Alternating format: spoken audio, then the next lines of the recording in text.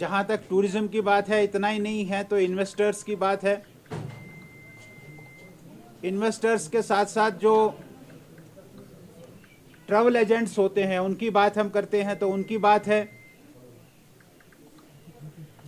ऐसे अनेकों अनेक लोग इसके साथ जुड़े रहे। केवल टूरिज्म नहीं, इन्वेस्टर्स भी, ग्लोबल इन्वेस्टर्स की बात भी वहाँ चली। जो ट्रैवल एजेंट्स है वो बात भी वहाँ चली। ये बहुत बड़ी बात इस आयोजन के कारण हुई है। एक बहुत बड़ी बात जो हुई है कि हम कश्मीर की खूबसूरती, कश्मीर की डाइवर्सिटी, कश्मीर में जो कल्चर है उस कल्चर का,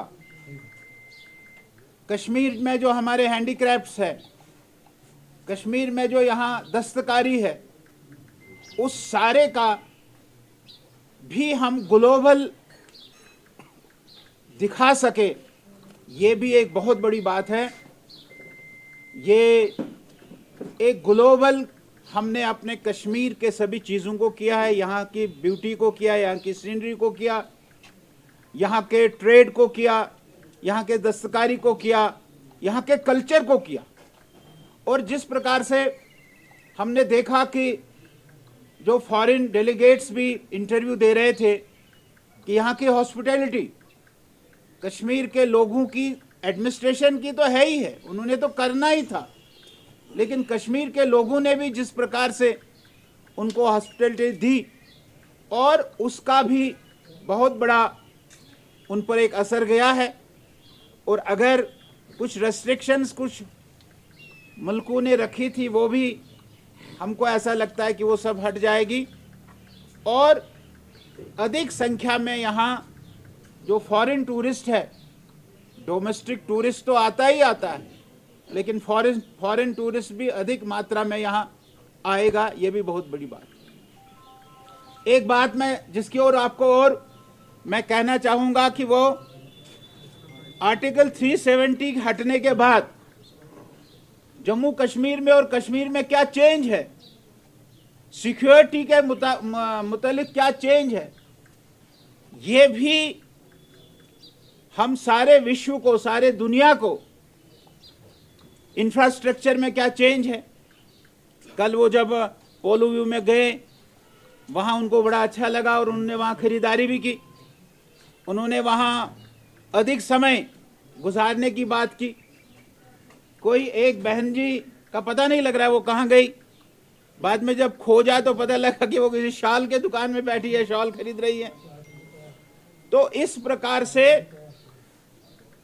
इंफ्रास्ट्रक्चर कैसे बदला है कश्मीर का, कश्मीर में सिक्योरिटी कैसे बदली है, इस प्रकार का भी 370 हटने के बाद जम्मू कश्मीर में क्या चेंज आई है, ये बहुत बड़ी बात जो हम सारे ग्लोब को, सारे दुनिया को हम बताने में कामयाब हुए हैं। ठीक है, कुछ हमारे ऐसे मुल्क हैं जो अच्छा होने के बाद भी अच्छा उनको दिखाई नहीं दे रहा है, वो अच्छा देखना नहीं चाहते, उनकी अपनी सोच हो सकती है, लेकिन बाकी जो सारे मुल्क थे जो यहाँ आए थे उनके माध्यम से पूरे ग्लोब में, पूरे दुनिया में एक पिक्चर गई है कि आर्टिकल 370 के हटने के बाद कितना बड़ा बदलाव कश्मीर में आया है।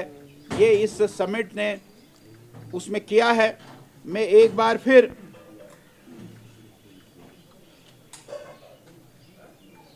हमारे जम्मू कश्मीर एडमिनिस्ट्रेशन का और प्रधानमंत्री और भारत सरकार का एक बार फिर कि उन्होंने इस समिट को कश्मीर में रखा और हमको ये मौका दिया है। वैसे 56 प्लेसेस पे होना है, लेकिन उन 56 प्लेसेस में मैं कश्मीर को चुना गया। ये बहुत बड़ी बात है, ये बहुत बड़ा चीज़ है। सारे देश भर के जो ग्लोबल लीडर्स हैं वो सारे देश भर के ग्लोबल लीडर्स इकट्ठे हुए उन्होंने यहाँ इंटरेक्ट किया है।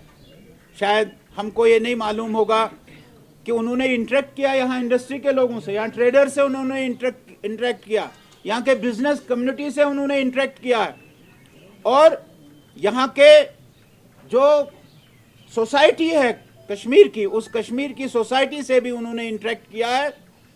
हमारे लोगों को भी अपनी बात रखने में, अपनी बात वहाँ पहुँचाने में एक ये मौका मिला है। इस प्रकार का ये समिट जो हुआ है, मैं फिर से एक बार केंद्र सरकार का भी और जम्मू कश्मीर एडमिनिस्ट्रेशन का भी पार्टी की ओर से एक धन्यवाद करना चाहता हूं कि हमको मौका मिला और इसको हमारी एडमिनिस्ट्रेशन ने बहुत अच्छे तरीके से संपन्न किया। ये बहुत बड़ी बात है।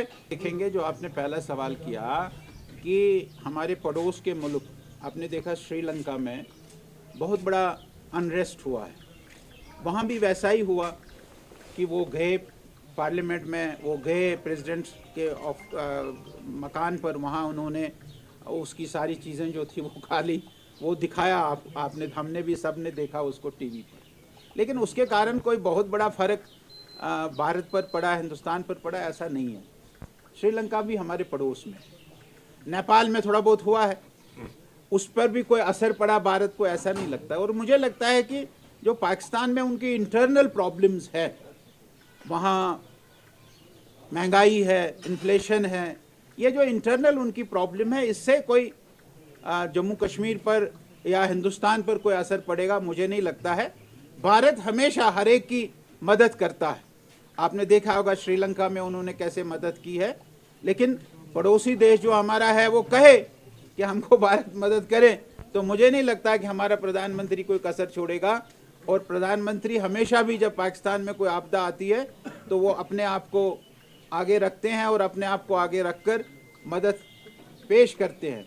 लेकिन वहाँ जो इस समय पॉलिटिकल इंस्टेबिलिटी है, वहाँ जो व्यापार में इंस्टेबिलिटी है, इस पर कोई हिंदुस्तान में असर पड़ेगा मुझे ऐसा बिल्कुल नहीं लगता है।